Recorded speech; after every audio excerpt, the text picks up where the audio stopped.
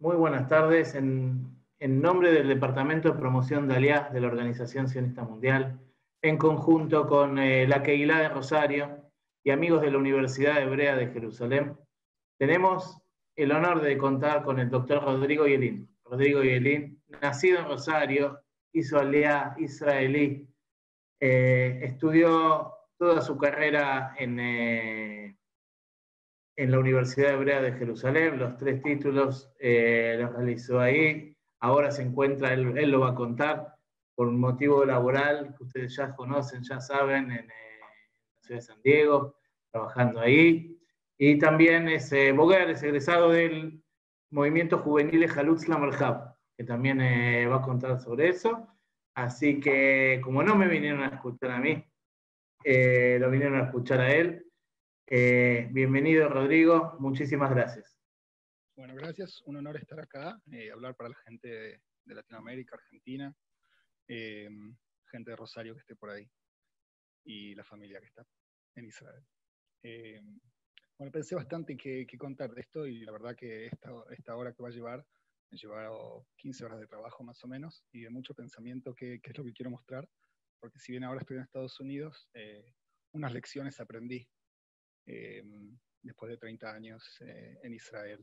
Y lo que voy a tratar de hacer es aprovechar esta biografía mía y contar sobre Israel. No contar sobre mí, sino contar sobre Israel y lo que Israel me dio para llegar a donde estoy ahora. Bueno, no sé, me imagino que las preguntas irán a vos, Alejandro, y si habrá alguna pregunta se habrá sobre el final o me interrumpirás. Me imagino que será algo así. Exactamente. Todo aquel que quiera preguntar puede preguntar en el Facebook. Nosotros vamos a leer las preguntas, salvo que amerite, te vamos a interrumpir, pero si no habla y al final vamos a leer todas las preguntas, vamos a mencionar quién las pregunta también y adelante con todo. Bueno, listo. Bueno, el primer slide habla un poco del recorrido y las vueltas de la familia y todas las estaciones que tuvo la familia o que tuve yo. Y cada una de estas estaciones que están marcadas voy a tratar para recibir un par de diapositivas para charlar. Bueno, la familia mía, digamos, Yelin Blecher, para no hacerlo con los 4 abuelos, empieza en Lituania, sobre el fin de los 1800, se mueven a un pueblo llamado Novolpatka o Novopoltavka, en lo que era Rusia, hoy es Ucrania, y se van a la zona de Moisesville, Monigotes, con toda la inmigración de los judíos que fueron a las colonias del barón Hirsch. Del otro lado, la parte de Yelin o Jelin o Yelin, mi abuelo vino de un pueblo que se llama Bokovisk, ¿no? Estaba en ese momento en Polonia y hoy está en Bielorrusia, está a 50 kilómetros de la frontera entre Bielorrusia y Polonia y a 100 kilómetros de la ciudad de Białystok. Mi abuelo, tengo un par de detallitos ahí. Bueno, mi abuelo llegó a Buenos Aires, luego se mudó a Villa Trinidad. Mi mamá nació en el pueblo de Monigotes, es un pueblo en la provincia de Santa Fe, ella estudió en Moisesville. Mi papá es de Villa Trinidad, un pueblo cercano. Se conocieron, se casaron, se fueron a Rosario, como muchos de los hijos de los descendientes de gente que llegó a los campos, se fueron a las ciudades para estudiar. Ahí nací yo, mi hermano, y de Rosario, a los 17 años después de terminar la secundaria, me fui a Israel. Estuve un tiempo en el Kibbutz Yagur, Ulpan Kibbutz. Aprendí hebreo, aprendí varias cosas. De Yagur empecé mis años de universidad en la Universidad Hebrea de Jerusalén. Y ahí viví en Modín un par de años sobre el final del doctorado. Tel Aviv, para el ejército, para empezar a trabajar en Compugen. Viajé por el mundo, volví a Israel, a Ramat Gan y a Rehovot, para trabajar en la empresa Evogen. Después me mudé a Kfar Saba, al final a Kfariona, y después de Kfariona ya para San Diego. varias ciudades, varios países en el medio también, pero muchas ciudades adentro de Israel, cada cual con su peculiaridad, y tratar de hablar un poquito de eso también. Bueno, la primera lección que tiene un inmigrante, o por lo menos que tuve yo, hablo de lo personal, es conocer tus orígenes. La cuestión de identidad, cuando uno se moviliza de un país a otro, es algo muy... te preguntás de dónde sos y quién sos, y bueno. Cuando falleció mi abuela, la mamá de mi mamá, una de mis maneras de poder procesar el duelo fue hacer un árbol genealógico, y para eso utilicé una plataforma que se llama Geni, de genealógico o Genealogical Tree, y hay varias empresas, la mayoría, no sorprendentemente, son de judíos, porque nosotros, judíos que hemos cerrado por todos lados y nos han echado, siempre tratamos de ver si tenemos relaciones, parientes, etcétera, etcétera. Bueno, empecé a armarla, y lo bueno de estos árboles genealógicos, yo estoy acá, en este. ¿Sí? Cuando uno arma, te pide que le pongas el email de la persona a quien sumaste, y lo invita a esa persona a rellenar ese árbol genealógico. Por lo que este proceso que uno hace se puede ir acumulando, se va creciendo mientras la gente lo quiera hacer. Es muy lindo este proceso. Nosotros tuvimos la suerte de tener en la familia a una señora, Hate Blecher, que es que tiene como hobby hacer investigaciones genealógicas, y es muy buena. Y gracias a ella llegamos a ir como 7 generaciones para atrás, hasta el año 1785. Hay censos de Rusia que ella logró conseguir. Y el ADN Blecher, ese que está ahí atrás, juntando muestras de varias personas digamos, de esta parte, no sé si se ve el pointer, a ver, ¿se ve? Perdón. Ok, esta parte es la parte Blecher, esta es la parte Jelin. Bueno, si hablo de esta parte, mucha gente se tomó muestras así de la boca, y se hizo pruebas de ADN, y era muy fácil de esa manera poder rastrear el ADN Blecher que va para atrás. Y por ese ADN Blecher realmente empezaron a aparecer personas con origen de Lituania, y realmente la historia se comprobó a través de los genes de la gente de hoy. Muy interesante todo. Estas empresas que mostré antes tienen también acceso a... No estoy haciendo propaganda, simplemente les cuento mi experiencia. Tienen también acceso a... Sí. Rodrigo, me meto un segundo porque acá muchas preguntas, primero hay muchas felicitaciones, muchos comentarios, mucha gente que conoce de varias partes del mundo comentando, y mucha gente que está diciendo también qué pasa con la vacuna. Bueno, eso va a contar, pero acá está contando algo muy interesante para poder llegar a la vacuna. Está contando toda su historia de vida, está contando cómo él llega a ser una de las personas más relevantes hoy en día. Eso no lo voy a decir, pero sí lo digo yo, en el mundo, que está en la investigación del COVID-19. Y lo que está contando ahora es muy, muy, muy interesante. Paciencia, que ya va a venir, y disfruten esto que está contando. La vacuna, sí, la vacuna en 30 minutos. El que quiera que se desconecte, que se conecte de vuelta. Los que quieran escuchar un poco sobre Israel y lo que significa los procesos que hace un estudiante hasta llegar a ser un profesional, está invitado a quedarse. Creo que si me pongo a hablar en detalles de la vacuna, van a perder un poco el contexto, y es una lástima. Bueno, sigo. Bueno, un poco de historia. Acá hay censos del año 1911 de Moisés Ville. Aparece mi abuelo, mi tatarabuelo, y de la parte materna, y una noticia es que mi bisabuelo y mi bisabuela eran primos hermanos, así que tuvimos la suerte de estar enteritos, todos con 10 dedos en la mano. No sé si es casualidad o qué, pero mi bisabuelo era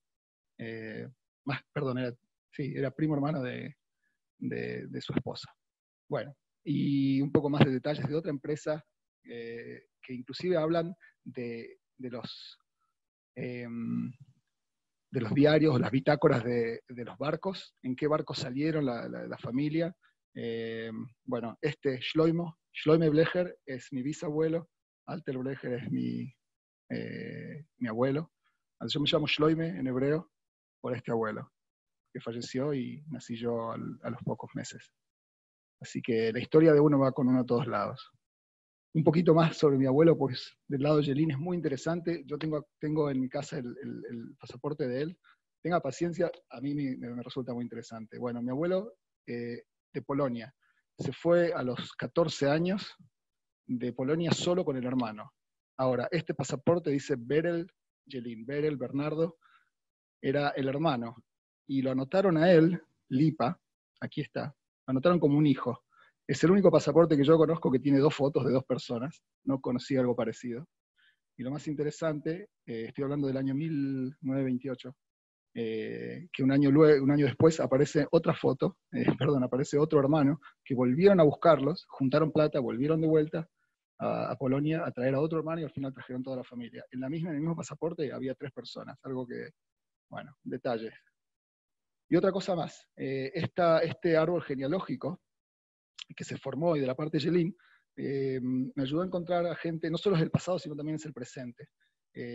Un primo, que no sabía de su existencia ni él sabía de la mía, empezó a crear su propio árbol genealógico, y cuando estos programas ven árboles genealógicos que son parecidos, los cruzan y le avisan a las personas, pueden ser que ustedes sean de la misma familia.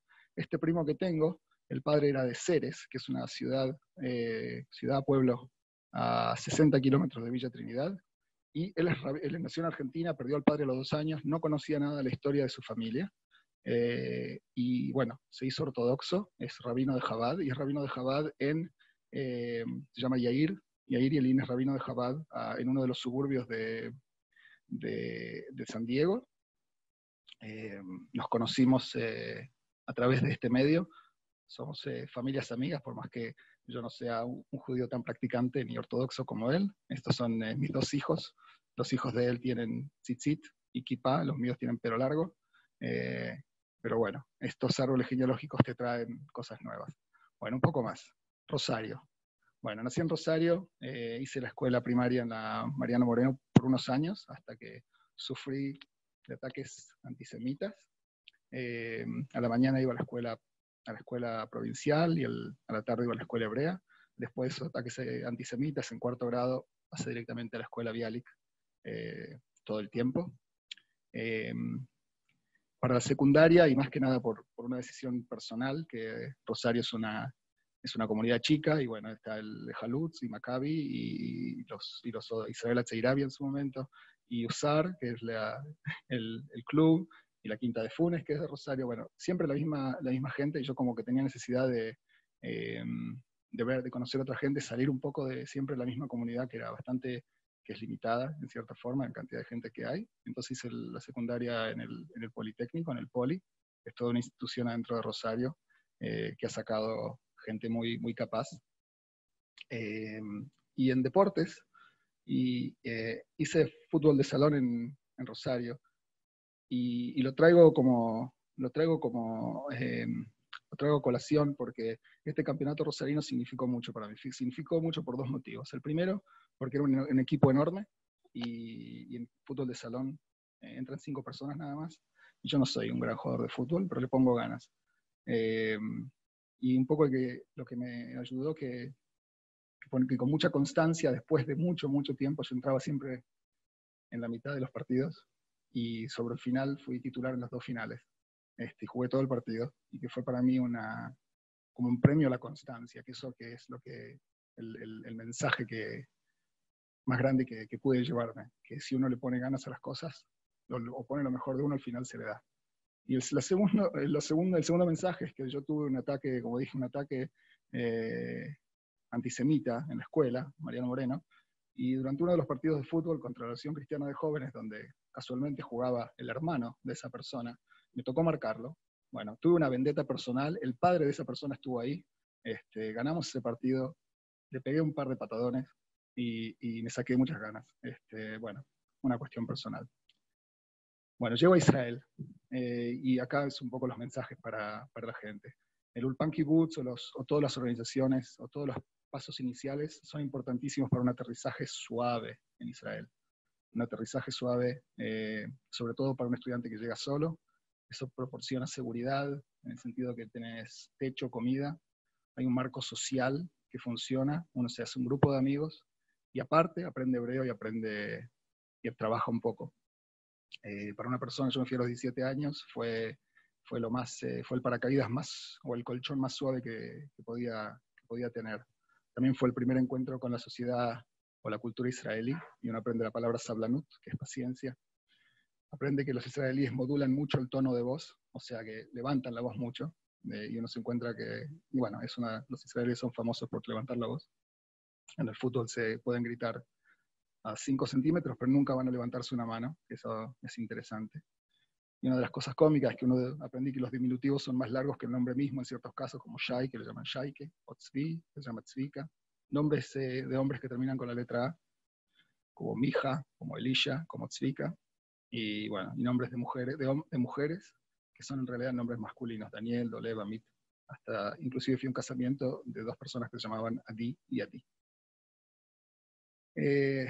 Un poquito más. Fútbol latino en Israel, en los años 2000 hubo torneos por muchos años en Wingate, que juntaban a todas las comunidades del país. No digo hasta Eilat porque era demasiado lejos, pero desde el norte hasta Ashkelon, Ashdod, y se juntaban los sábados, había partidos enormes.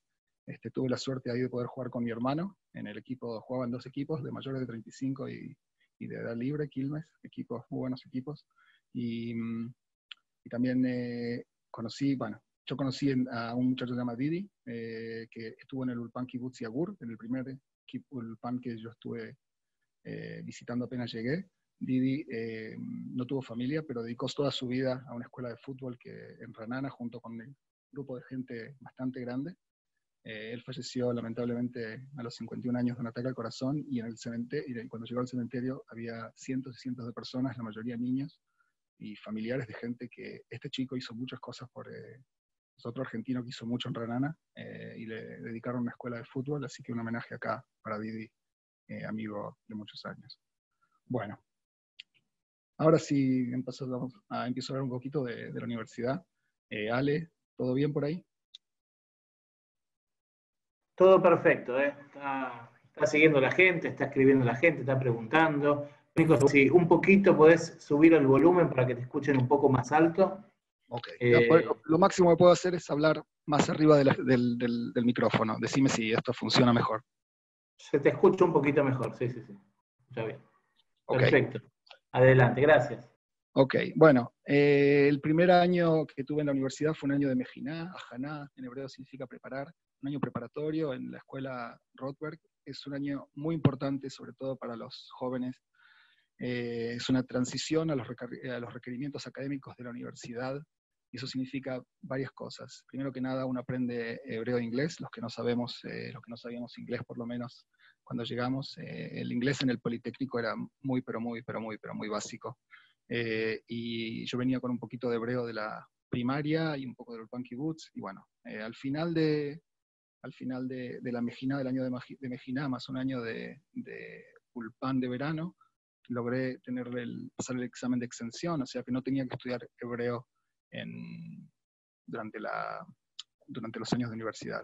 Además, alinea a la gente los niveles del secundario de Israel en matemática, física y química. En lo personal, yo venía de una escuela muy buena en Rosario, o sea que eso me fue bastante fácil, y por otro lado, les voy a contar que me complicó las cosas en el primer año, porque me sacaba muy buenas notas durante el año preparatorio, no tuve problemas de entrar a lo que quería estudiar, que era biología, pero después el primer año en la universidad resultó mucho más complicado, porque no tenía que romperme tanto en los años en el año de la Mejiná, porque yo sabía todo bastante de las cosas que daban. Bueno, es un año muy importante, proporciona un marco social en las entregas, te acostumbra a las entregas de trabajo. Disculpen los errores, yo escribí bien, esto corrige según el inglés, no tengo el español, así que era estudio, exámenes, entrega de trabajos, exámenes. Te acostumbro bastante al año siguiente, es muy recomendable, y se sigue haciendo. Bueno, en la Universidad Hebrea de Jerusalén, en la parte de biología. Y le voy a contar la primera cachetada que recibí, que fue que entró la primera clase, la primera hora del primer año, y se pone un profesor y dibuja esta Y. y dice 3 palabras, Nogdanim Mefatchim Be'arnavot, que significa, hoy lo sé, anticuerpos se desarrollan en conejos. Y yo entendí que iba a tener un problema, porque no entendí ninguna de las 3 palabras que dijo. El primer año fue complejo, y el mensaje que le puedo dar a la gente es a no desesperarse con el idioma. El primer año es difícil, a pesar de haber tenido el examen de exención. Tuve la suerte que en la biblioteca de la universidad había libros en español, en castellano, así que pude estudiar química y orgánica, física, en libros en castellano, y pude pasar los exámenes de ese primer semestre, que fue bastante complejo para mí en todo sentido. También yo tenía solo apenas 18 años, 19 años, estaba estudiando con gente que había terminado el ejército, que había vuelto de sus años de mochileros en el exterior, eran mucho más grandes que yo, más maduros que yo, me imagino también. Bueno, eso fue un año bastante complejo, pero lo más importante es no desesperarse. Hay que no desesperarse, tener paciencia. Al final, con ganas y con mucho trabajo, uno logra equipararse y pasa a ir adelante. La manera de sobrevivir económicamente fue trabajando en un programa llamado PERAG, que son las siglas de Project Honhut, o Proyecto Educativo o Tutorial. Es un proyecto que está en Israel hace 30 años, es muy bueno. Lo que hacen, se agarran estudiantes de universidad y se los acopla a un estudiante de primaria que viene de una familia carenciada socialmente, carenciada desde el punto de vista educacional, y que les sirve como modelo, como mentor, como tutor. Te encontrás con esos chicos 2 veces a la semana, 1 hora, puedes hacer con ellos la tarea, puedes jugar con ellos. Para mí fue una experiencia muy, muy fuerte, o me ayudó mucho. Conocí a otros niveles de la sociedad, otras partes de la sociedad que no estaba acostumbrada de Israel. Tuve la suerte de poder llevar a un chico por primera vez al cine cuando él tenía 8 años, una familia que el mayor tenía 26 años, él tenía 8, y entre él y la próxima hermana había otros 10 años que la hermana estaba en el ejército. Los padres no estaban muy presentes, así que sentís que estás realmente ayudando a algo, y también te rinde un beneficio económico para poder pasar los años de estudio, que son complejos. Y otra cosa que me dio, que no sé cuán común es en todos lados, es trabajar en laboratorio. Al comienzo del segundo año tuve la oportunidad de empezar a trabajar en un laboratorio de investigación.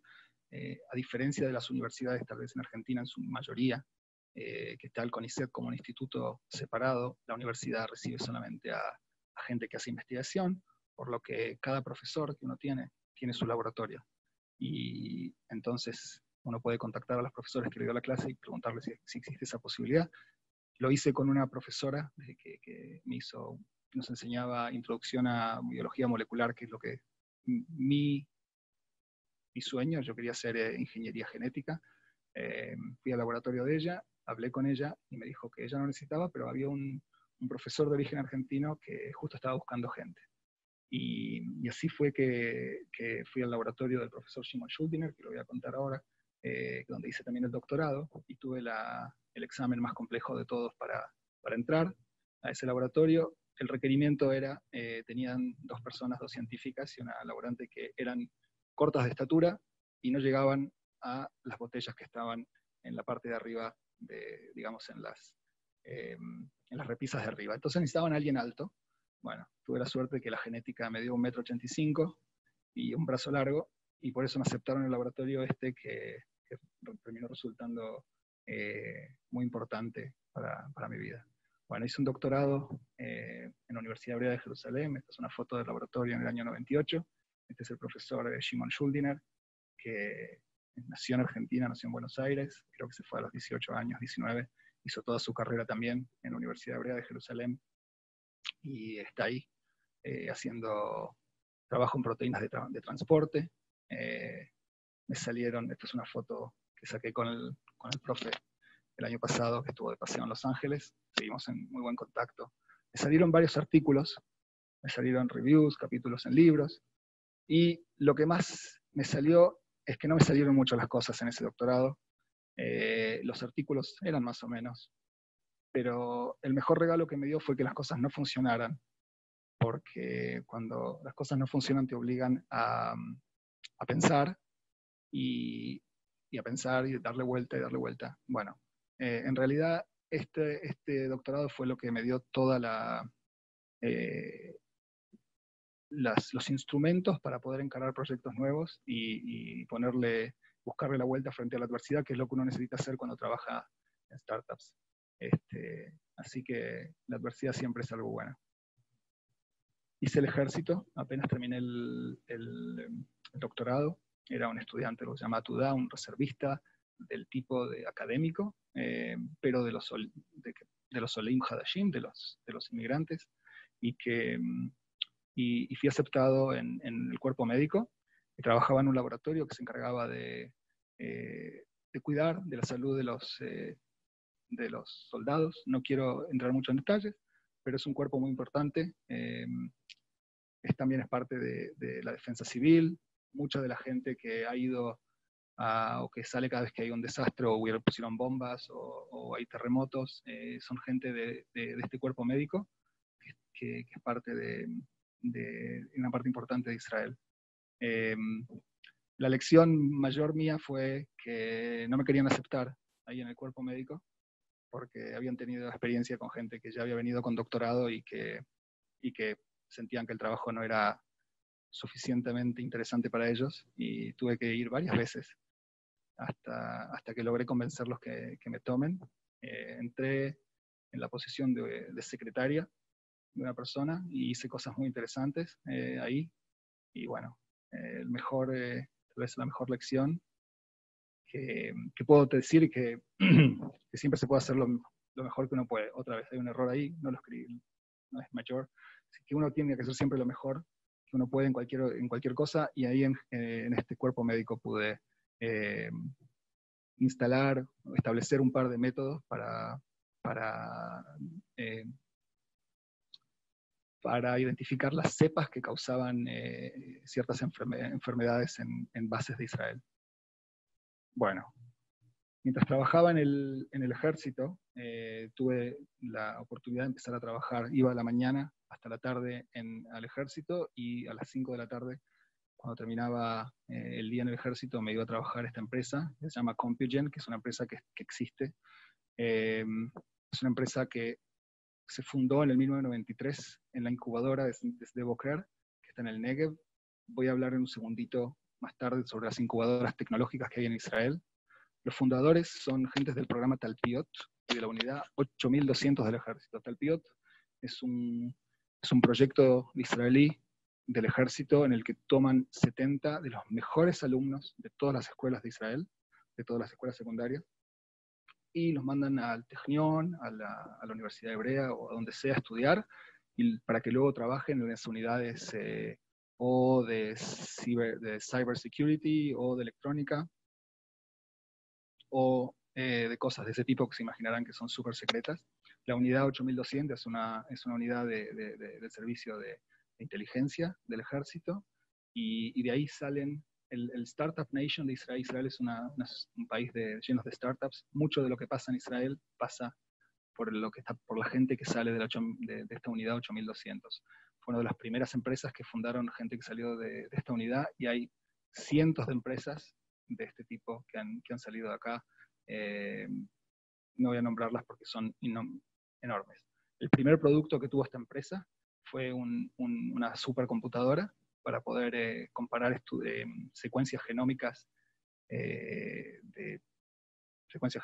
todo tipo de especies. Era cuando el genoma estaba siendo secuenciado, estoy hablando de los años 90, luego evolucionó para hacer instrumentos o tools para poder analizar, y terminó haciendo pharma y diagnóstico, que es lo que están haciendo ahora. Tuve la oportunidad de estar 3 meses en Estados Unidos para llevar adelante un proyecto que se llama Antisense, en el cual descubrimos que el antisense, que significa que hay 2 genes uno frente a otro en el genoma, y que transcriben ARN, que lo voy a mostrar un poquito más adelante, en el mismo, y se encuentran que se pensaban que había solamente escasos casos, y habían miles de casos, y empecé un programa de marcadores de cáncer que me enseñó muchas cosas. La lección personal fue la primera, la transición del trabajo académico que se centra en lo interesante o lo publicable, o lo que puede llegar a ser un buen artículo, a lo industrial, que es el pensamiento industrial, que es lo que queremos hacer, que es lo importante, y aprender que todo lo interesante y los resultados que valen la pena investigar no son realmente interesantes, no son realmente importantes para lo que queremos hacer. Es un switch, es un cambio que hace el científico, de pasar a ser científico de investigación básica a científico aplicado. Fue mi primera experiencia en la industria. Dirigí un par de proyectos y fue mi primera dirección de personal, y ahí aprendí que israelíes conocen Argentina mejor que la mayoría de los argentinos. Yo escuchaba, me venían a mí, me contaban de lugares que habían estado, y al principio me parecía interesante, y al final me terminó dando vergüenza, porque no podía ser que gente que vive a 18.000 kilómetros o 12.000 kilómetros conozca Argentina mejor que yo. Y eso me empezó a dar mucho para pensar, y terminé decidiendo que iba a hacer yo también un viaje, y lo voy a mostrar en el próximo. Quería decir simplemente que gracias a este trabajo en Compugen tengo dos artículos en Nature Biotechnology, que es tal vez la cúspide de los que trabajan en biotecnología. Este proyecto de marcadores de cáncer, que empecé de la nada, tomé a un estudiante que venga a trabajar en el proyecto, por motivos que se me va a hacer muy tarde. Bueno, estábamos buscando proteínas que estaban en la sangre, y encontrábamos un montón de secuencias que no codificaban a proteínas, y no sabíamos qué hacer con eso. Este chico que yo tomé, que se llama Eli, después de un tiempo que no sabíamos qué hacer con eso, él decidió que se iba a hacer un doctorado, se llevó esas ideas en la cabeza, hizo un doctorado sobre el tema, estudió mucho los ARN no codificantes, terminó abriendo una empresa que se llama GenomeDx, que la veo desde acá, está a escasos pasos, es una empresa que funciona muy bien, que está hace más de 10 años activa, que lo que hacen es reciben biopsias de enfermos de próstata, con cáncer de próstata, y en base al análisis de los genes que tienen expresados, saben qué tipo de quimioterapia darle. Yo he visto gente que, si hubiesen tenido el tratamiento común, no hubiesen aguantado mucho más que 6 a 12 meses, y que está viva hoy, después de 6 años. Fue un resultado indirecto de este programa de marcadores de cáncer que empezó en Compugen. Bueno, le estaba diciendo que los israelíes conocen Argentina mejor que la mayoría de los argentinos, y eso me puso el virus del trotamundo, y en 2 años, en 2 oportunidades, agarré la mochila y recorrí Sudamérica. La segunda vez me fui a Asia por un año con mi esposa Laura, y recorrimos Tanzania, India, Nepal, Camboya, etcétera, muchos países. Es algo que es una experiencia que no tiene precio, y que lo ayuda a uno a pensar mucho y a abrirse en todo tipo de cosas, y ver al mundo con ojos distintos del ojo, llamémosle, occidental. India es un país muy interesante que te hace pensar mucho en los valores, en las cosas que realmente le damos valor. Bueno, Evogene. Cuando volví, Evogene es una empresa que es un spin-off de Compugen. Es una empresa que llevó el material o digamos los conocimientos que tenía la empresa Compugen, salió como una empresa nueva que se dedica a agricultura, utiliza el genoma de las plantas para mejorarlas, ahora hace muchas más cosas. Ahí dirigí 2 cosas, la plataforma de bioinformática, y lideré un programa para utilización eficiente del nitrógeno. La plataforma informática que desarrollamos fue bastante revolucionaria.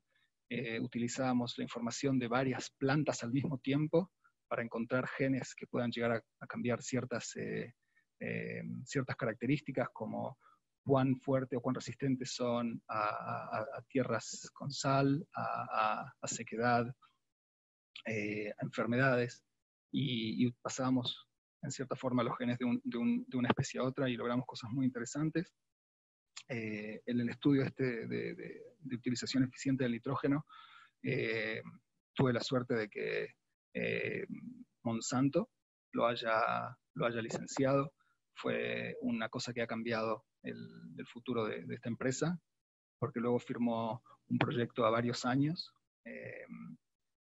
y la empresa salió en la bolsa inicialmente en Israel, luego en Estados Unidos, y firmó luego una vez que una empresa firma un contrato con una empresa grande, las otras empresas se sienten obligadas a saber qué hay, y luego trajo mucho más contratos con otras empresas, con Bayer, con Syngenta, con Pioneer, BASF, una empresa alemana, Bayer también es alemán.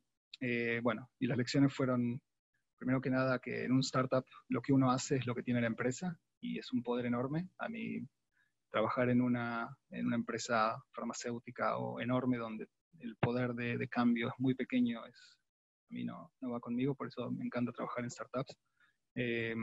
Aprendí lo del análisis de mercados y patentes, y viajé por el mundo presentando la empresa porque no había otra persona. Fue una experiencia enorme. También conocí a Laura, que trabajaba ahí, y que es mi esposa y la madre de mis hijos. Y voy a hablar un poquito de un proyecto que es importantísimo en Israel, que es la programa de incubadoras tecnológicas, el Tochnit Hamamot, programa de incubadoras tecnológicas. Es tal vez uno de los, juntos con la gente que directamente sale de las 8.000, de la unidad 8.200, etcétera, y que forma empresas nuevas, startups, salen muchos gracias a este proyecto. Es un proyecto en el cual el Estado participa activamente simplemente dando el dinero para las empresas. Para dar una idea, para un proyecto de alto riesgo te dan el 85% del presupuesto por 2 o 3 años. Por ejemplo, para una empresa de biotecnología, tenés que si traes $150.000, ellos te dan $850.000. Y ese $1.000.000 por 2 o 3 años es una suma suficiente como para tener resultados iniciales para luego poder ir al mercado privado y buscar inversiones.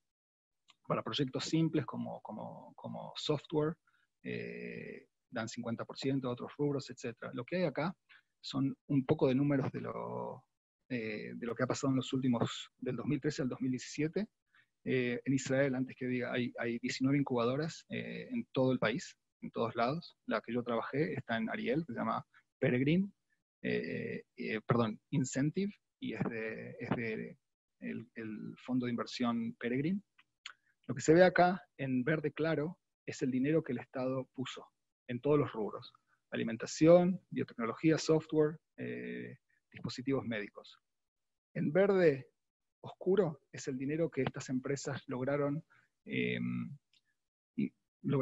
recibir de inversiones luego que que terminaron sus 2 o 3 años en las incubadoras. Se han formado 202 empresas, de los cuales alrededor del 60% están activas, si no más. 75% están activas. Solamente 141 millones del Estado invirtió, inversiones privadas 643 millones solo en estos años. Esto no habla de cuánto de ventas ni nada por el estilo. Esto trae miles de puestos de trabajo, y aparte estas empresas, cuando maduran, cuando llegan a las empresas que logran hacer algo y logran vender, se venden por millones y millones de dinero, cientos de millones, tal vez algunas se llegan a vender a más de un billón de dólares. Y eso genera entradas al país. Porque muchas de lo que pasa con estas empresas, una vez que se venden, si la tecnología se pasa al exterior, tienen que pagar una suma muy alta como impuesto, porque la tecnología debería quedarse en Israel, y eso genera mucho dinero, muchos ingresos para el país. Es un proyecto que se empezó hace alrededor de 30 años y ha generado muchísimo valor para este país. Bueno, el último paso antes de hablar de la vacuna. Dirigí una empresa, era el empleado número 1. Inclusive le busqué las inversiones para esta empresa, Otic Pharma. Lo que estábamos haciendo, se fundó en el 2008. Hicimos una espuma antibiótica para los oídos, para reemplazar las gotas las gotas hay que ponerlas acostado, uno se sienta, se cae todo. Esta espuma se pone cuando uno está sentado, toma la forma, no se cae, queda ahí. Reemplaza poner 3 veces al día, se puede poner una sola vez y nada más. Bueno, esta empresa pasó de idea a estudios en personas en menos de un año. Fue una empresa virtual, en el sentido de que solamente la dirección yo tenía una oficina, éramos 2 personas, pero la mayoría estaba hecha con proveedores de servicios de todo tipo, y logramos en muy poco tiempo demostrar que funciona, recibir inversiones. Llegamos a hacer 5 estudios en 500 pacientes. Para mí la lección personal fue eso de la búsqueda de inversiones, la complejidad y la madurez que hace falta para afrontar las desventuras, ¿no? Las sorpresas de un startup, el manejo empresarial. Por primera vez tenía que manejar la parte legal, la parte financiera, la parte de patentes. Yo tenía que decidir qué patentes íbamos a hacer y qué no. Bueno, estrategias y estudio de mercado todo el tiempo. Y por primera vez tuve la posibilidad de tener un paneo general de lo que es un desarrollo de un medicamento, desde el desarrollo inicial, la producción, los estudios preclínicos, los estudios clínicos, inclusive la parte de regulación. Yo presenté el programa a la FDA 2 veces, cada vez que hicimos un pequeño cambio, inclusive en contra de todas lo que los expertos nos decían. Nosotros teníamos una idea que es muy difícil lograr dar una dosis exacta con la espuma, y quisimos ofrecerle a la FDA que acepten que si se llena el oído eso es suficiente, no hace falta más. O sea que cada persona tiene una dosis distinta, que eso no existe en la FDA. Siempre es una gota, una X cantidad de gotas, 1 miligramo, una jeringa o lo que sea. Es muy preciso y limitado. Y los expertos nos dijeron que no iba a funcionar. Fuimos, demostramos que no había ningún problema de seguridad, demostramos que funciona, y en contra de todas las predicciones nos aceptaron. O sea que inclusive que la FDA también acepta cosas fuera de lo común cuando uno las presenta bien. Bueno, una más. El mercado laboral en Israel comparado con el de Estados Unidos.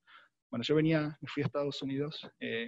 Laura, mi esposa, ella también era científica, es científica, se fue a hacer un postdoctorado, y teníamos que elegir un lugar donde yo pueda trabajar, porque lo que se le paga a una beca de postdoctorado no alcanza para vivir, así que necesitábamos un lugar que yo pudiese trabajar. Elegimos San Diego porque acá hay cantidades de empresas, porque el clima es muy bueno y porque recibimos recomendaciones de toda persona que estuvo por acá. Y yo con 20 años de experiencia, con un doctorado, con haber hecho cosas con patentes y con logros, todo el mundo me dijo, vas a recibir trabajo sin ningún problema. Y no fue así. Y no fue así. El mercado laboral en Israel es totalmente distinto al mercado en Estados Unidos. En Israel premian o no buscan la experiencia específica en el campo que uno necesita, porque es un país pequeño, y no puede ser que exista, o la probabilidad de que exista una persona que tenga la experiencia exactamente lo que uno busca es muy baja. Por lo tanto, directamente no buscan eso, sino buscan gente que haya hecho cosas en diferentes campos y haya demostrado en diferentes campos que logró llevar cosas adelante. Eso buscan un generalista, lo que se dice, y no un especialista. Inclusive en Israel, en el ejército, los grandes, los mefakdim, los sargentos, los que dirigen, cada 2 o 3 años los obligan a rotar acá, y el que estuvo en tanquista lo llevaron a la Marina, el de la Marina lo llevaron a Fuerza Aérea. Estoy exagerando un poco, pero en realidad pasa eso, porque quieren que los que llegan a los altos rangos conozcan toda la variedad y todas las diferentes estrategias y cómo se pelea, con los diferentes, o para utilizar mejor los cuerpos o los batallones que existen en los diferentes ámbitos, que es totalmente contrario a lo que sería acá. Acá la gente agarra un tema y le da para adelante, y solamente eso. Me costó mucho tiempo trabajar. Cada vez que le contaba todo lo que hacía la gente, al final de las entrevistas me decían, Entonces, ¿qué sabes hacer? Y era una sorpresa, porque yo le respondía, puedo hacer de todo. Y eso no figuraba entre las opciones, directamente me tachaban. Así que vine acá y terminé siendo aceptado en esta empresa, más que nada por mi capacidad de dirigir proyectos, que es lo que estoy haciendo ahora.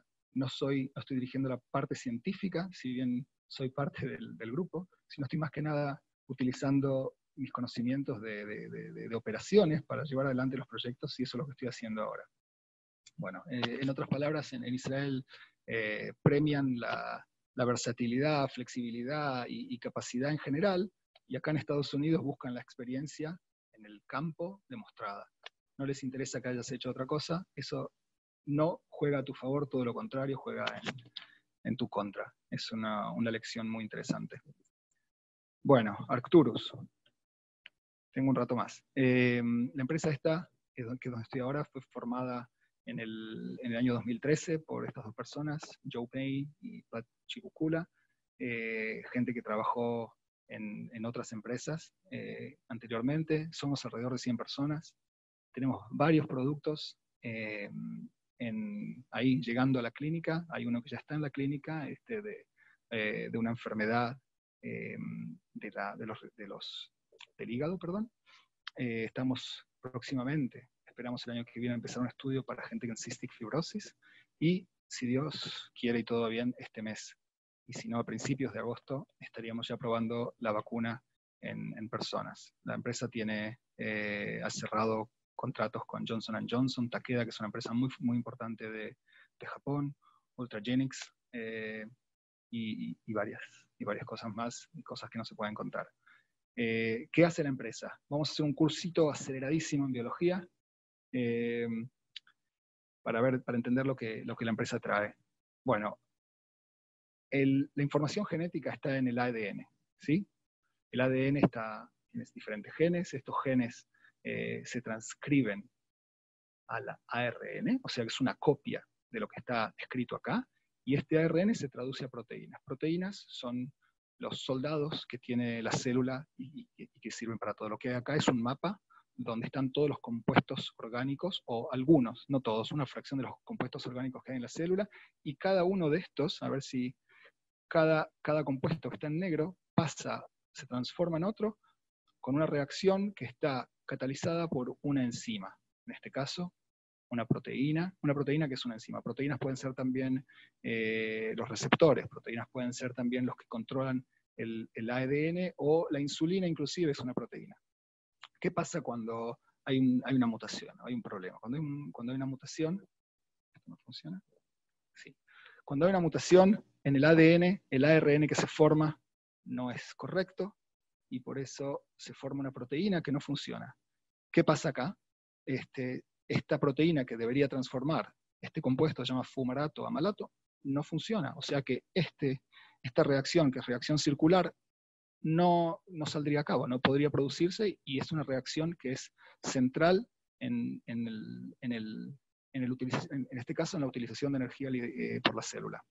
Esta reacción, se llama círculo de Krebs. Krebs fue un científico judío alemán, ganador del premio Nobel, que salió del laboratorio de otro judío, Otto Warburg, uno de los tantos judíos que cuando subieron los nazis al poder se tuvieron que ir, junto con otros judíos también ganadores del premio Nobel, como Albert Einstein. Hubo varios. Otto Levy, también muy importante en el área de neurotransmisores, fue el que descubrió, o no descubrió, pero hizo un trabajo muy importante con la acetilcolina. En fin, lo importante es que cuando el ADN está mal, hay una enfermedad genética, el ARN que se produce es también incorrecto, y la proteína sigue siendo incorrecta, lo que genera un problema en la célula.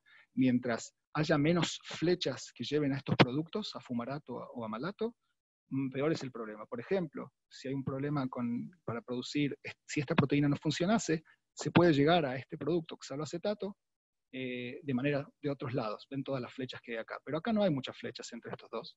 Por lo que, si esto no llegase a funcionar, la persona tendría un serio problema.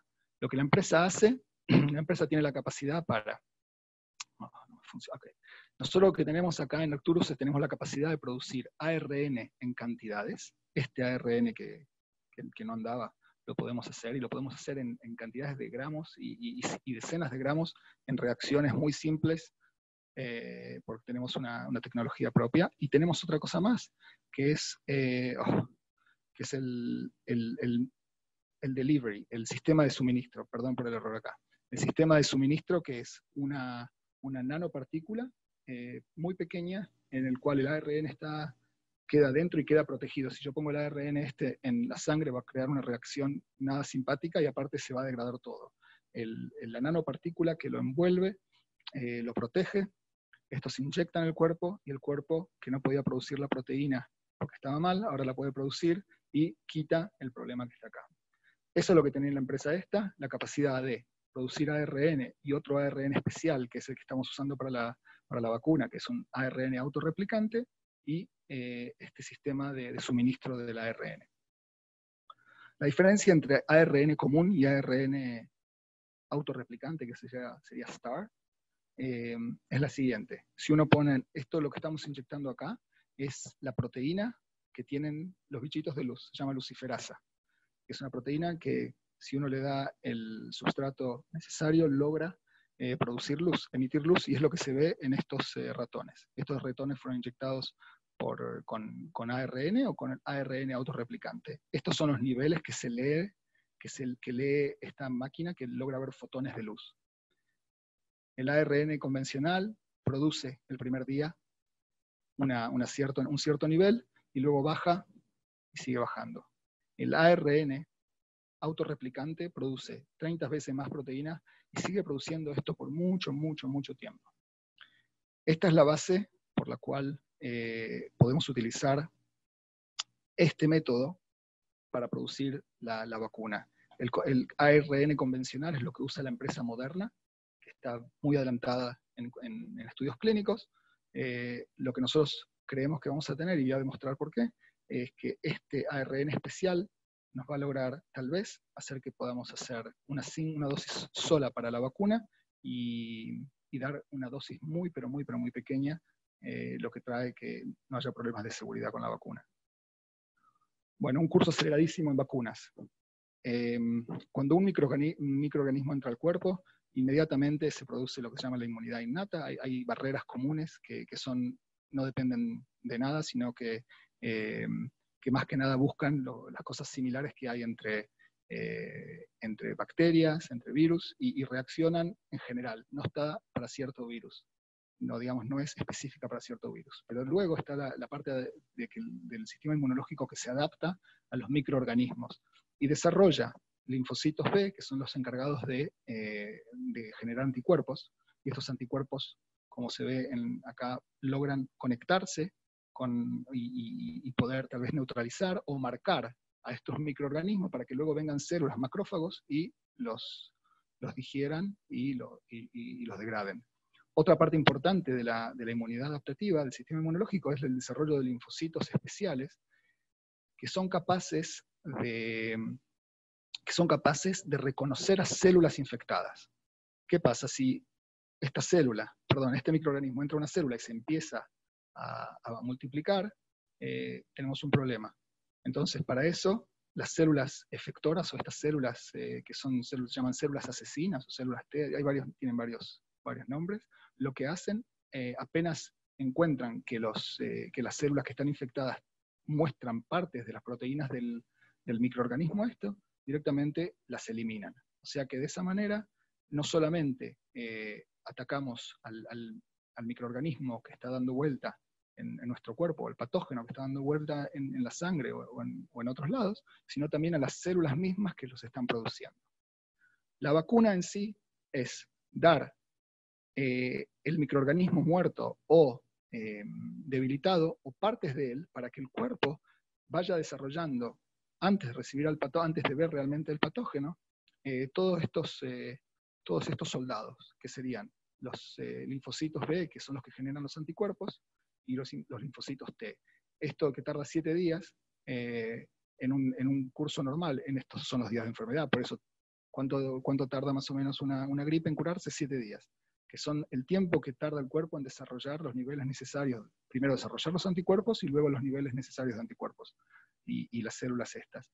Mientras que cuando uno es vacunado, el cuerpo ya tiene esa base y puede directamente, apenas se encuentra el cuerpo con los microorganismos, directamente empezar a liberar, a secretar anticuerpos, o estas células empiezan a multiplicar lo mismo que estos linfocitos B. O sea que ya los soldados esos que desarrolló en otro momento suben los niveles de manera muy rápida y el cuerpo se puede defender mucho más rápidamente.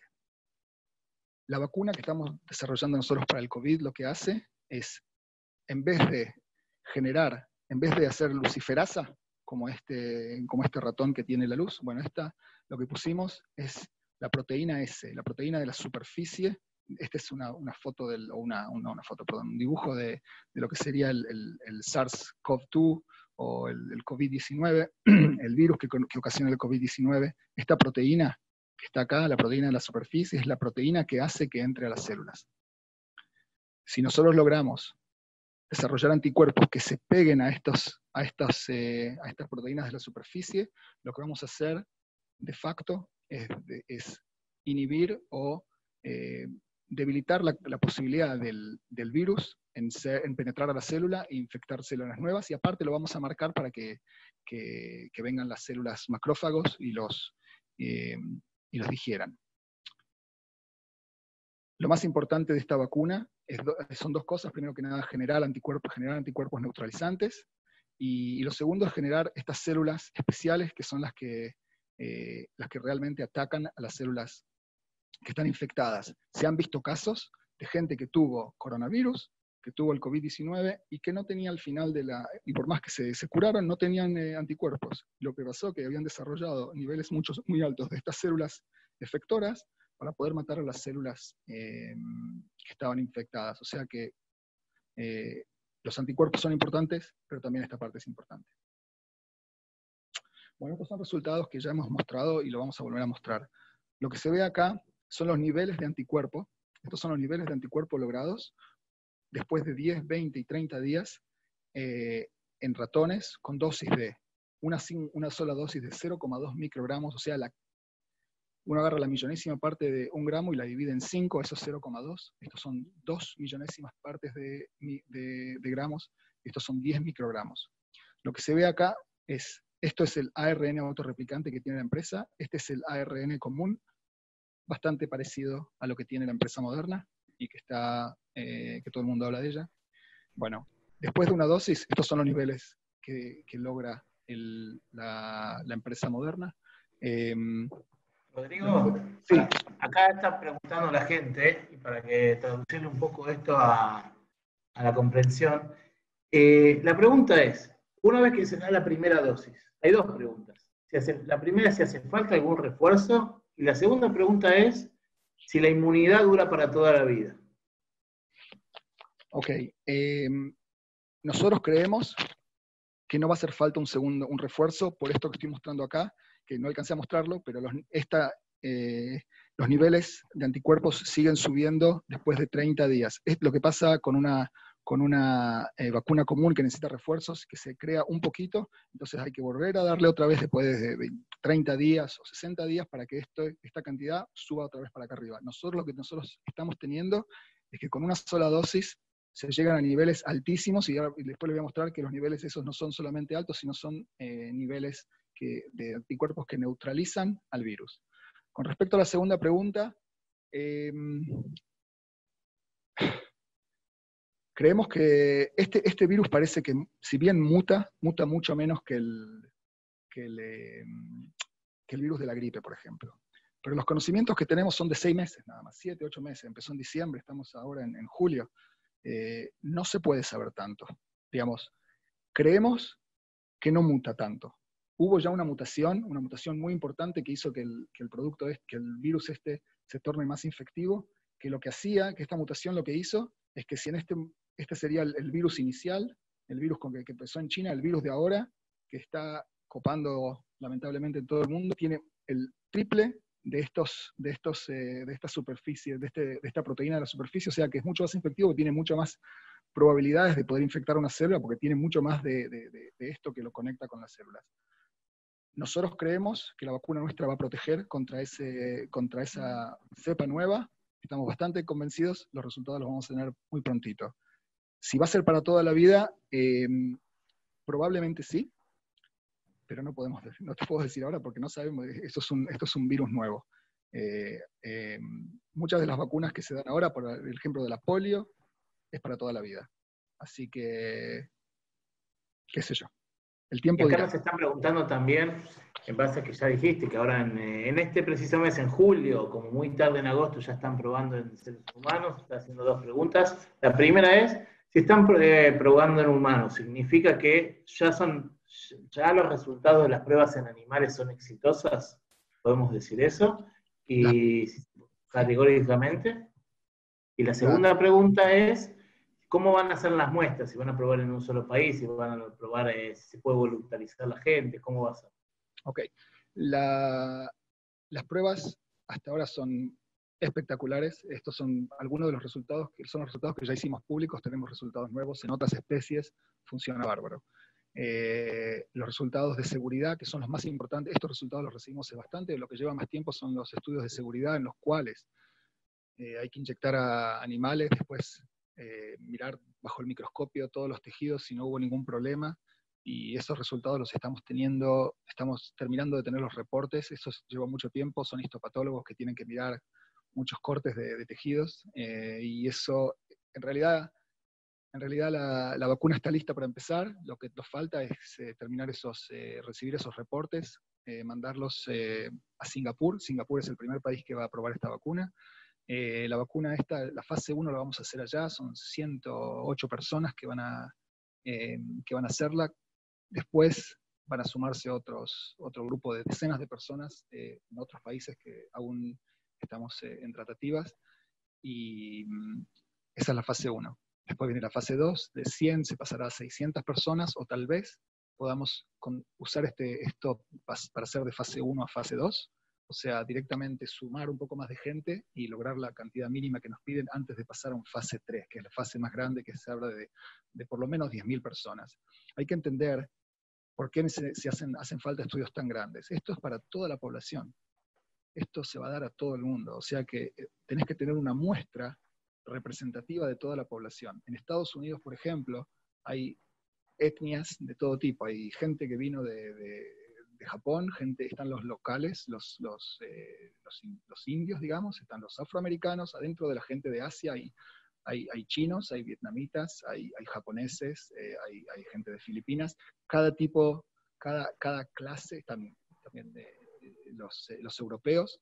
Por supuesto, hay que hacer estudios tan grandes que tengan representación de todas las franjas sociales o étnicas, para que no haya sorpresas cuando de repente hiciste un estudio solamente en blancos y tengas problemas con gente de Asia o con gente afroamericana o lo que sea, porque tienen una fisiología un poquito distinta. Que esas cosas pueden ocurrir, y por eso se hacen estudios clínicos tan grandes que llevan tanto tiempo. La carrera por la vacuna del COVID-19, que se largó y bien empezó, porque casi instantáneamente ya se descifró el genoma y todo, tiene muchos laboratorios en todo el mundo.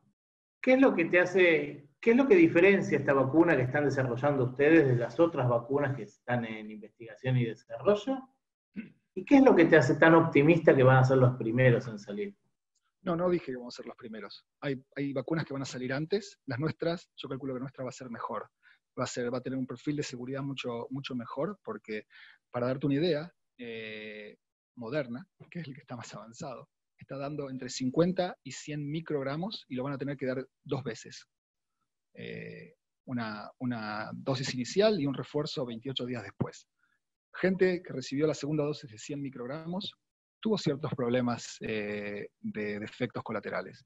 Nosotros estamos poniendo una fracción de eso, lo vamos a tener que poner una sola vez. Y creemos que lo vamos a tener que poner una sola vez. Por supuesto, vamos a hacer un estudio con gente que va a recibir una dosis y gente que va a recibir 2 dosis. Vamos a mirar la cantidad de anticuerpos que reciben, que desarrollaron, para decidir si van a recibir 2 dosis o una. pero la diferencia mayor es la cantidad que vamos a poner, 0,2 o 2 o 10, lo que sea, y una sola vez. ¿Qué significa, llamándole a mal y pronto, 10 microgramos? Una cucharada sopera, estás levantando entre 15 y 20 gramos de azúcar. Significa que en una cucharada sopera tenés, si pusiésemos 10 microgramos, tenés 1 millón de dosis, por lo menos.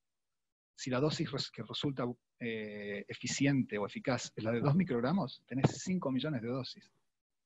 Es mucho más fácil producir, obviamente, materia prima para cuando tenés que dar una dosis tan baja comparada con una dosis más alta. Y también por la cuestión de seguridad, porque como dije antes, una dosis tan baja genera menos problemas de efectos colaterales. Otra cosa que hemos visto es que no solamente los niveles de anticuerpos que se desarrollan son más altos, sino la calidad de los anticuerpos.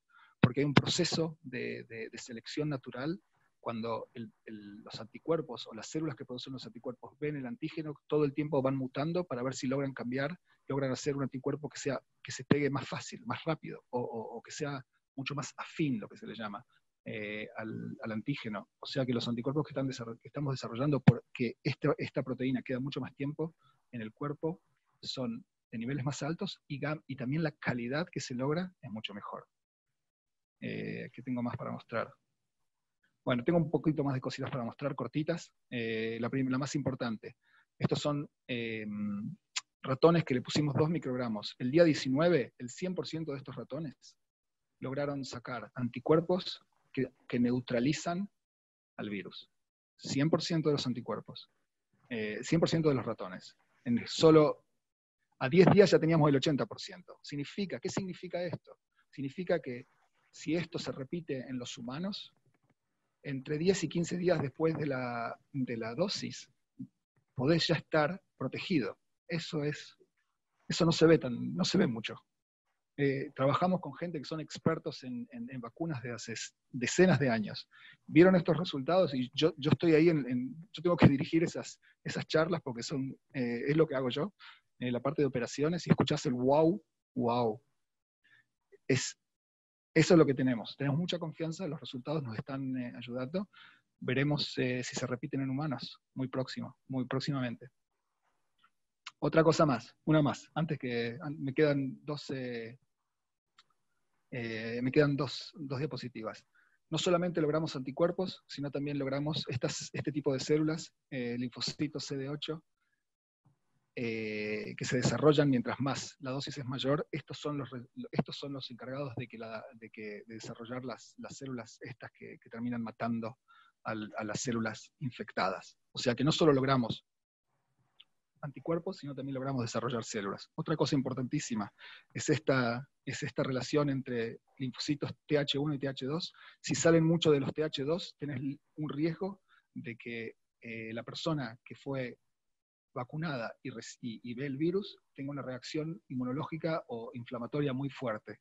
Lo que estamos teniendo es que la relación es más hacia el lado del TH1, que es importantísimo. Significa que la vacuna tiene todo el perfil inmunológico, desarrolla una reacción inmunológica muy segura. Es muy importante. Eso también. Bueno, ya son detalles muy propios. Bueno, listo. Esto es una especie de resumen. Tenemos el potencial de inmunizar todo con una sola dosis. Niveles de anticuerpo que sube en 40 días. Durante 40 días, eso no se ve mucho eso, digamos. Las vacunas que se están hablando modernas es la tercera generación, lo nuestro sería una especie de cuarta generación, porque es en base a ARN autorreplicante. Vacuna segura, excelente respuesta celular, estudios clínicos ahora, julio-agosto. Bárbaro. Y tengo una pregunta. ¿Cuándo calculás que saldría al mercado la vacuna? ¿Y cuándo, desde el momento que sale al mercado? 3 preguntas vamos a hacer. La segunda es si es un precio accesible. ¿Es un precio accesible para países en desarrollo como por ejemplo Argentina, que la gente lo puede llegar a comprar, o el gobierno, el Estado lo puede llegar a comprar e implementarlo? Y la tercera pregunta es si con la aplicación ya se acaba la pesadilla de las cuarentenas y los aislamientos, toda esta vida, esta nueva normalidad para pasar a la vieja normalidad. Bueno, la pregunta es ¿cuándo, cuánto y si eso es el fin? ¿Y cómo? Y sí, bueno. ¿Cuándo?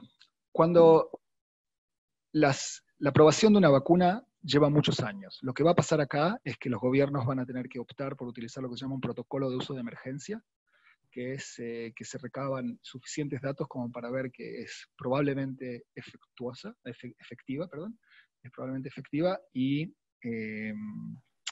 es segura. Y lo que van a hacer es permitir ir vacunando a la población,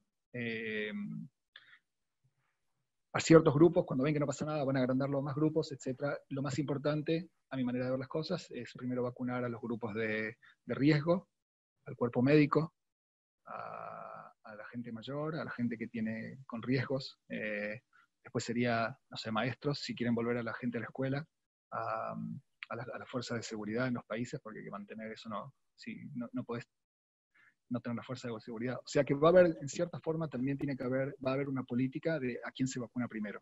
Porque no va a haber vacunas no se producen 7.000 millones de vacunas en el mismo día, ¿cierto? ¿Cuándo? Yo me imagino que comienzos del año que viene ya van a haber países que van a dar este tipo de protocolos de uso de emergencia. ¿Cuánto? Las vacunas no son caras en general. Me imagino que los países lo van a tener que pagar de sus bolsillos. Tenés que tener en cuenta que el precio de la vacuna no es solamente la botellita, sino también es todo el trabajo que se hizo para desarrollarla. Y otra cosa que es importantísima es cuál es el costo económico de esta crisis, ¿sí? Y es un costo enorme, mucho más de lo que pueda llegar a costar una vacuna si cuesta 5, 50 o 500, no importa el número, el costo de mantener a la economía cerrada es enorme. A todo esto, algunas empresas bastante perspicaces empezaron a decir que van a dar la primera vacuna por $4, o $5, o $2, pero hay una trampa ahí, porque esas vacunas requieren un refuerzo. Y el refuerzo, que es la misma vacuna que la primera dosis, te la van a vender por mucho, mucho más. Es una trampita que están haciendo para que ciertos países firmen. Y es una mentira. Porque sin el refuerzo la vacuna esa no funciona. Y como dice la canción de los Twists, el primero te lo regalo, el segundo te lo vendo. Eso es lo que están haciendo. La nuestra va a ser una sola. Si todo va bien, si los resultados así lo dicen, va a ser una sola dosis. Así que este lo vamos a vender directamente, me imagino, no lo vamos a regalar. La última pregunta fue sobre si esto va a volver a la normalidad. Yo calculo que sí. Yo calculo que sí. Es la esperanza que tenemos todos. Cuando esté la gente inmune, este virus no va a circular, no va a haber tanto virus dando vuelta, o sea que también las probabilidades de que mute son mucho menores. Mientras hay pandemia, también existen, como hay tantas copias, surgen también las mutaciones. Mientras menos hay, mientras más gente vacunada hay, menos probabilidades de que esto ocurra. Yo calculo que es el fin, pero bueno, el tiempo dirá. Claro.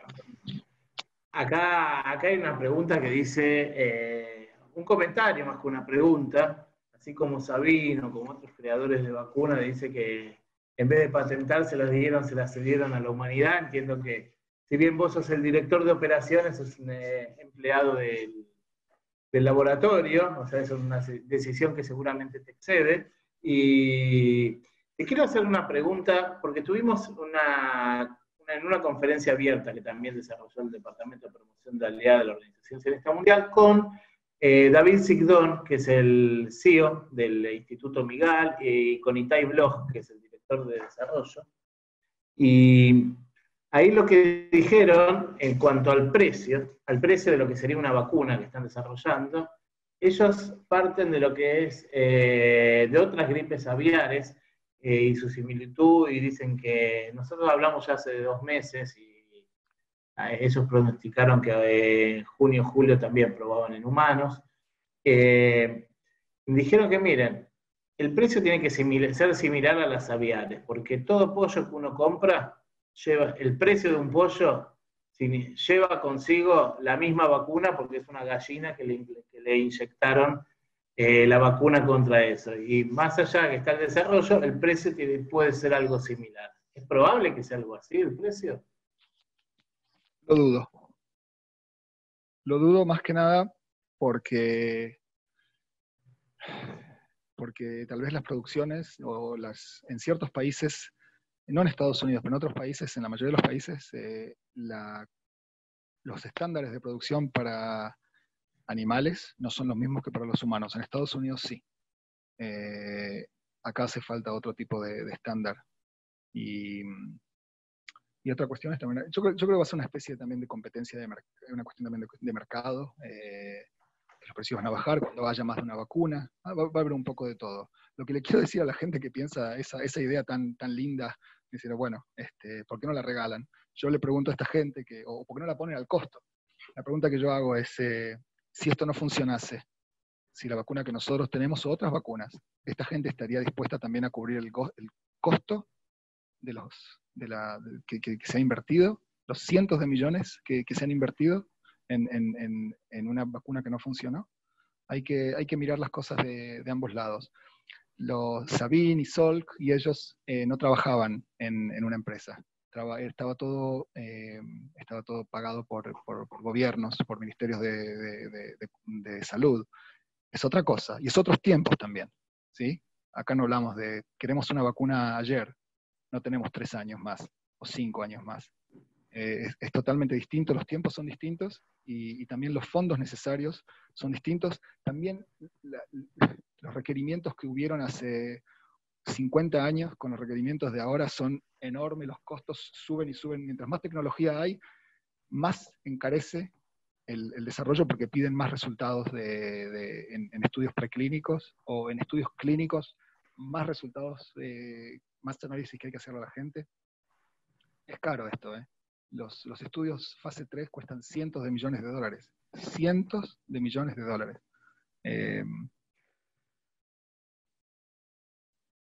De algún lado tiene hay que invertirlo, hay que pagarlo, hay que recuperarlo, y el costo de que no exista es mayor al costo de que exista el desarrollo y la producción, está claro.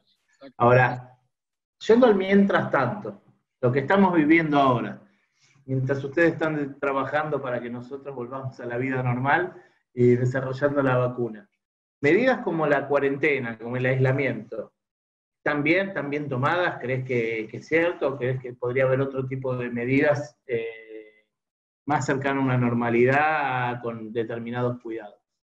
Ok. La única manera de detener el contagio es alejando a la gente enferma de la gente sana. La única método es el método físico. O le pones una barrera que puede ser el tapabocas, o tapabocas con tapaojos y guantes, o los distancias físicamente. Y la única manera en este momento es lo que se puede hacer. Si la gente respetase que las medidas de distanciamiento, si realmente no se juntaran para hacer un asado acá, o fiestas allá, o tomar cerveza, cada país tiene su asado propio, o sus maneras de encontrarse, y se cuidaran, tal vez no habría que hacer un distanciamiento tan estricto. Pero si uno se encuentra con una persona y no mantiene la distancia, yo te puedo mostrar, estoy en el trabajo, la gente está toda con tapabocas. Estamos trabajando en cubículos. Y nos encontramos, hacemos reuniones y nos sentamos lejos y estamos con el tapabocas.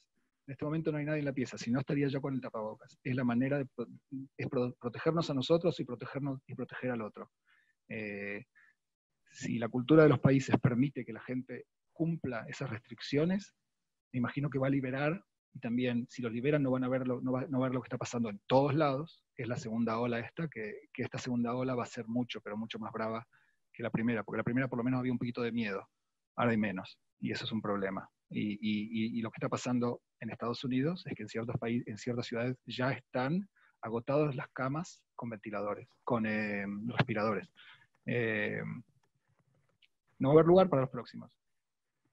Es una ruleta rusa, así que recomiendo a la gente que tome en serio las medidas y se proteja, y proteja a la gente que quiere, porque tal vez a vos no te pase nada y a los tuyos no, pero tal vez vos contagies a alguien que sí.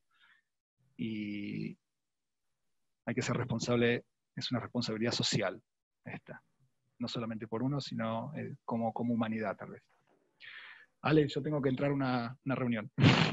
Te quiero agradecer enormemente, porque sé que estás, sé que por tu trabajo le quitas horas a la familia, le quitas horas al ocio, le quitas horas a todo, que tu trabajo y tu investigación de este momento depende de cómo nuestras vidas, la normalidad de nuestras vidas depende mucho de eso.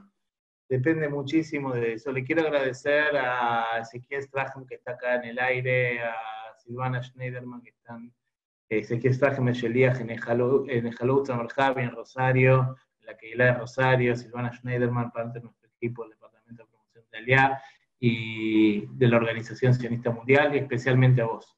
A vos, sepan que queda en el canal nuestro de Facebook de Organización Sionista Mundial, Guidón y Duda, Aliá, guión y duda Aliá, para ver esta charla, el video de esta charla con el doctor Rodrigo Guilín, director de operaciones en Arcturus.